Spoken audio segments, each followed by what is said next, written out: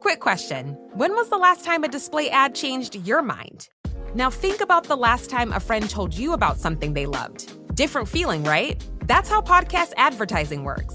A host who's built real trust with their audience talks about your brand in their own words, in their own voice. It doesn't interrupt the experience. It's part of it. With Acast, you can access the world's largest podcast marketplace. Choose the right shows, the right audiences, the right format.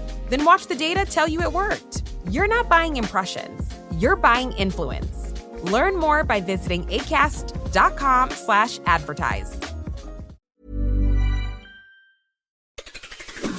It's Saturday, the 30th of May. I'm Ciara Evans, and this was the week that saw Tony Blair intervene in the Labour leadership contest.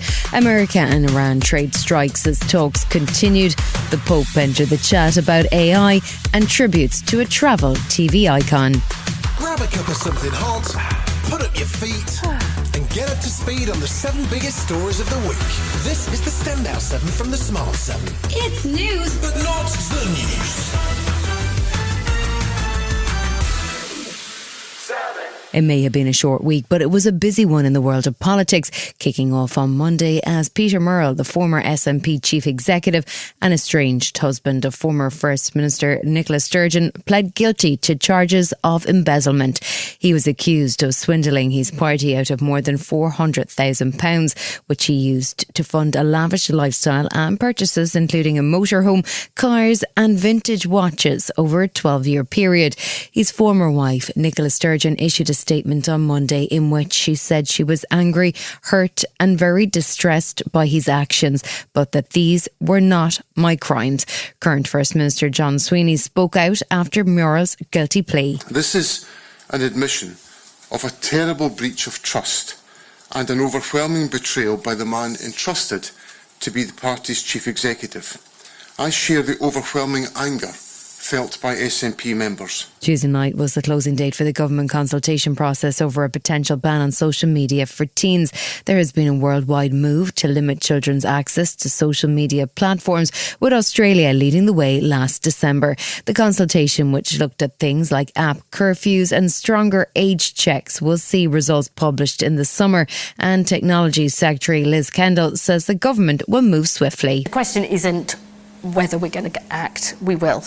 Whether that is a ban on social media for the under 16s or restrictions on key features and functions. And I've been very clear with Ofcom that people will expect to see action. David Austin, the CEO of the British Board of Film Classification, says there's a relatively simple solution right in front of our noses. What we're calling for is that social media companies be held to the same high protection standards that exist offline. So we won't allow a 13-year-old, for example, to go and see an 18-rated film in the cinema. So it makes no sense for that same 13-year-old to be exposed to really harmful content online. There was an unexpected intervention in the upcoming Labour leadership contest on Wednesday as Tony Blair joined the chat. He's not planning on running for Keir Starmer's job. He's quite busy with his foundation and was helping Donald Trump's International Board of Peace, but he definitely had thoughts. He wrote a highly critical essay calling for a fresh approach from Labour, and Number 10 in particular calling for a move to the radical centre rather than what he called the party's current position in the comfort zone. If you're looking at the situation of the country in a rational way, you've got to come to terms with some of these problems, and you can't just hope that they solve themselves. The intervention has sparked sharp criticism from both Andy Burnham and Wes Streeting, accusing the former PM of misunderstanding the role that inequality is playing in the economy. Blair's suggestion that the government focus more on business and less on net zero will appeal to some Labour members, according to Labour peer Lord Wood. I think what he has done is fire the starting gun on a race to see who can come up with a plausible idea of where Britain should be going. And we've gone in the last few years from crisis to crisis. But we have to have politicians that stand up and set out a vision of the kind of country they want to build. Wes Streeting may have quit as health secretary, but some things don't change. And one of those things is the resident doctors' continuing campaign to get more money out of the government. They've announced another round of strikes, this time due to run from the 15th to the 19th of June, unless they get an improved offer on pay and working conditions. New Health Secretary James Murray has only been in the job for 2 weeks, but he described the latest pay claim as unrealistic, unaffordable and unsustainable. That didn't please the chair of the BMA's Resident Doctor Committee, Dr. Jack Fletcher, who says the lack of settlement is forcing doctors out of the NHS. We are facing a genuine crisis in medicine from a workforce perspective at the minute. I think it's absurd that we are talking about literally hundreds, if not thousands, of doctors actively looking to leave the NHS in just a few weeks. A major new report suggests that job opportunities for young people are shrinking and that 1 in 6 could be out of work, education or training in 5 years unless action is taken. The report, which was prepared by former Minister Alan Milburn, sounds an alarm that the education, health and welfare systems are not fit for purpose when it comes to preparing young people for adult life. This began decades ago.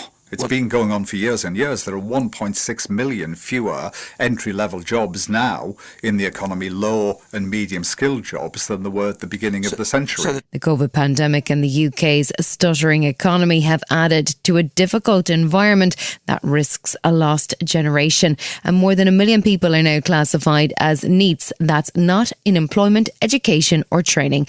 The second phase of the report is due to suggest solutions, but Prime Minister Keir Starmer was sounding suitably alarmed. It's complicated and complex, as Alan Milburn makes clear. There's no single thing that you can say that's the reason. So obviously we will now work with Alan on what more needs to be done.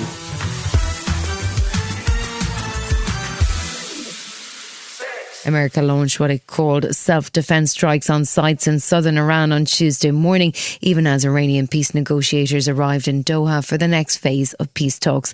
Last weekend saw President Trump skip his son Don Jr.'s wedding in the Bahamas to try and close a peace deal with Iran. Despite initial optimism that an outline deal could be reached and that the Strait of Hormuz could be reopened, things slowed once again as the weekend passed. Secretary of State Marco Rubio says that the US president won't be rushed. As the president said, he's not in a hurry. He's not going to make a bad deal. I mean, the president's not going to make a bad agreement.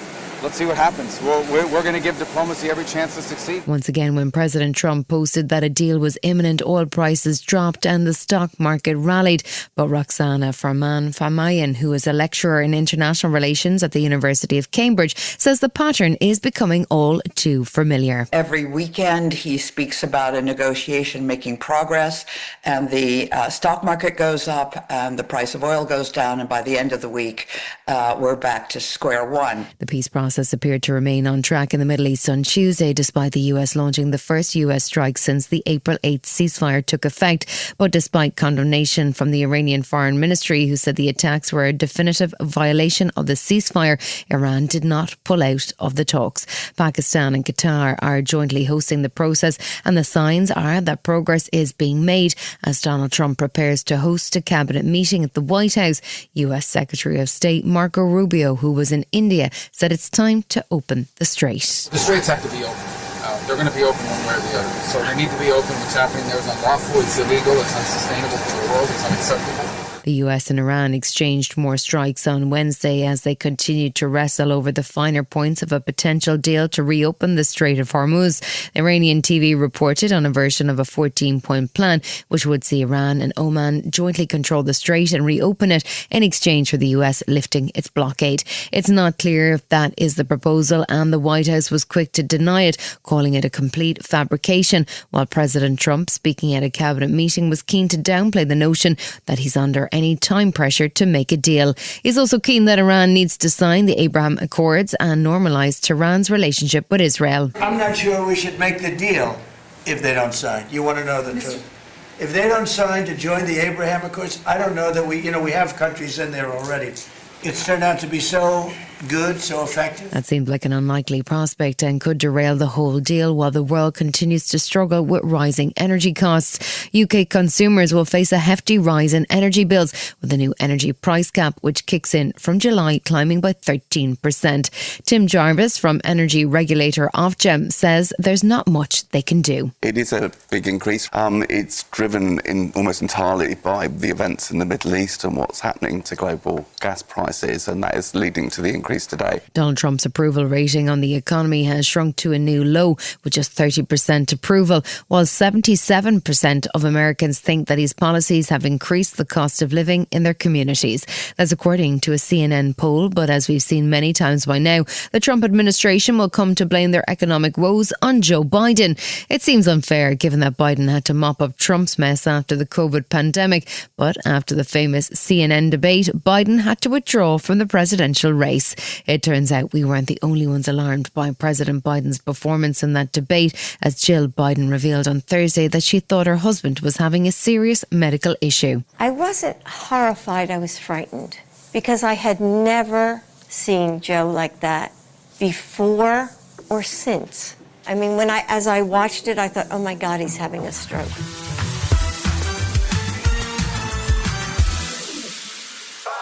In the last week, we saw US Secretary of State Marco Rubio effectively pull the US out of any role in the peace talks between Russia and Ukraine.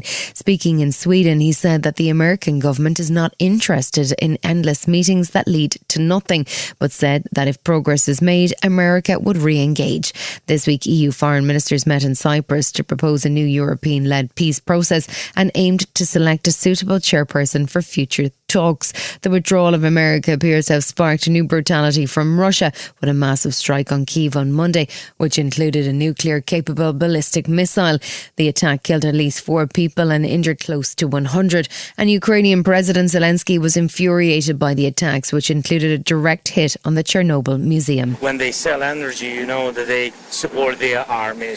And this is civilians' goals. The museums, schools, just apartments, just crazy. That's it. The head of spy agency GCHQ had some bad news on Wednesday. Ankisa Butler, who was appointed in the role in 23, had decided that in the interest of transparency, she will begin an annual lecture to update on the latest threats to the UK. Russia featured highly on the list, with Keith Butler describing relentless targeting of Britain's infrastructure and democracy, with China a close second in terms of high-tech threats to the UK. GCHQ's brief to specialise in electronic intelligence and in particular protect from cyber attacks, but the spy chief also had a new data on the Ukraine and the level of casualties that Kyiv has been inflicting on Russian forces. As we remain steadfast in our support for Ukraine, Putin is going backwards, with new intelligence showing that almost 500,000 Russian soldiers have been killed. Ukrainian President Zelensky was in Sweden on Thursday, closing a new deal for fighter jets and continuing to request more assistance from the US for anti-missile defences. Russia, as of now, diplomacy cannot stop Russia. We are stopping them with our long-range sanctions, and we very much ask our American partners to help us with allocating bigger number of anti-ballistic missiles. Thursday saw a Russian drone hit an apartment in the eastern Romanian city of Galati in what appeared to be a missed-targeted attack intended for Ukraine. NATO was quick to condemn the attack as reckless, while EU Commission President Ursula von der Leyen said Russia had crossed yet another line. EU Foreign Policy Chief Kaja Kallas attended an informal meeting with EU foreign ministers on Thursday, and she says that Russia is on the back foot and now is the time to keep up the pressure. Europe is preparing for a possible direct role in future peace talks. We are defending the interests of Europe and the interest of Ukraine, because Ukraine is also in Europe. So we can't be mediators, we can't be neutral, treating them equally, because we have been clearly on Ukraine's side.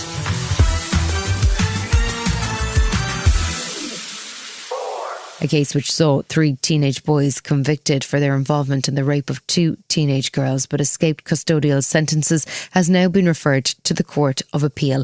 The case, which has attracted national interest, saw Prime Minister Keir Starmer praise the courage of the 2 teenage girls for coming forward and had an announcement about the next steps in the process. But it is distressing. I find it distressing as a politician. I find it distressing as a father. The Attorney General has power to refer a case to the Court of Appeal, the Attorney General has now exercised that power. Attorney General Lord Hermer says that the case was part of an epidemic of violence against women and girls, and that it's crucial that people feel they can have confidence in the justice system. The sentence also drew criticism from French rape survivor Giselle Petitcott, who said she was shocked by the lack of a custodial sentence. Anne Turley is the chair of the Labour Party, and she said proper justice is a huge priority for the government. It's vital that the system works for those victims, that it supports them, and that it ultimately gives them the justice that is deserved, and that they feel that they've got some kind of justice for what happened to them. Still to come in the Standout 7 in association with Metro, Crystal Palace celebrate, and we pay tribute to a travelling TV icon. Right after this. While every other channel is fighting for your customers' attention, podcasts are where they've already given it. No one accidentally listens to a podcast for 45 minutes. They choose to be here. They trust the voice in their ears, and when that voice talks about your brand, it doesn't sound like advertising. It sounds like a recommendation from a friend. Acast gives you that trust at scale. Digital precision, host-read authenticity, and performance data that proves it worked. Don't fight for attention. Buy it with Acast. Learn more by visiting acast.com/advertise.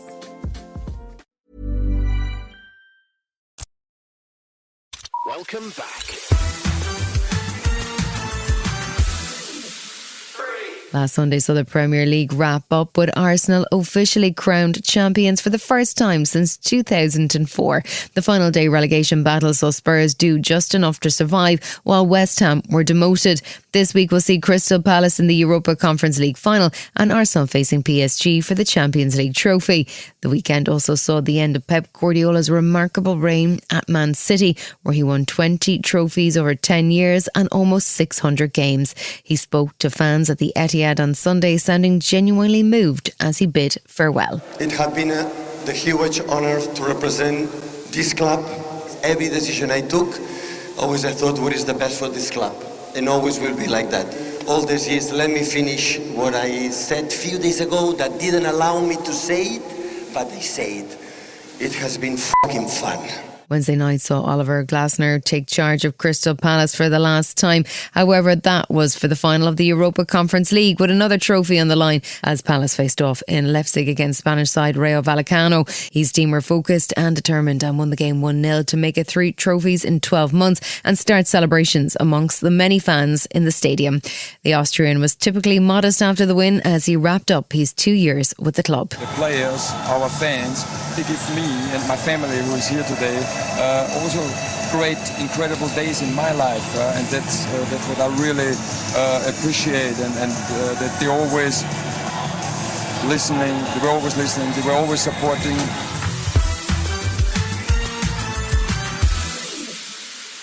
Pope Leo XIV entered the chat about artificial intelligence on Monday. He published a 43,000-word papal encyclical entitled Magnificat Humanitas, in which he called for human dignity and agency to be protected in the face of accelerating technology. It's not the first time the new Pope has spoken on AI, but the detailed paper, which lists key things that governments should be doing, including providing clear safeguards, protecting children and regulating the rollout of the technology, is a major statement from the head of the Catholic Church. Artificial intelligence needs to be disarmed.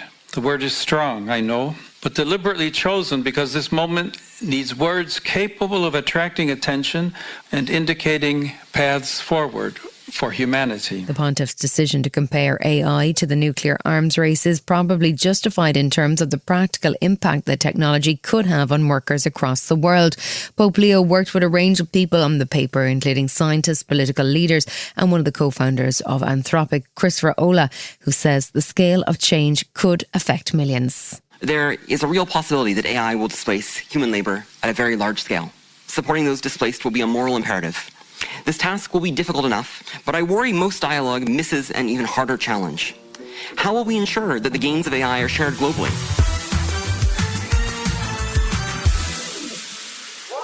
The bank holiday weekend saw the passing at age 90 of a British TV icon, journalist and traveller extraordinaire, Judith Chalmers.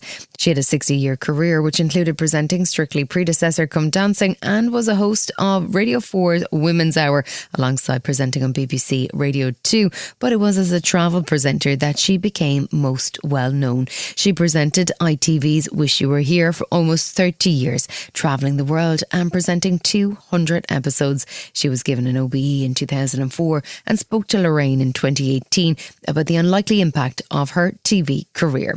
Rest in peace, Judith. It's lovely and I enjoy it. And the selfies. A lady came up to me the other day and she said, I'd like you to meet Judith Chalmers. And I said, oh. And so it was her husband. He said he's called Judith Chalmers, she said, because he's always away. And the people who come up and say that, isn't it lovely? That's great. You've been listening to The Smart 7. We'll be back tomorrow at 7 a.m. Hit that follow button and have a great day. Give us 7 minutes and we'll give you the world. Quick question. When was the last time a display ad changed your mind? Now think about the last time a friend told you about something they loved. Different feeling, right? That's how podcast advertising works. A host who's built real trust with their audience talks about your brand in their own words, in their own voice. It doesn't interrupt the experience. It's part of it. With Acast, you can access the world's largest podcast marketplace. Choose the right shows, the right audiences, the right format. Then watch the data tell you it worked. You're not buying impressions. You're buying influence. Learn more by visiting acast.com/advertise.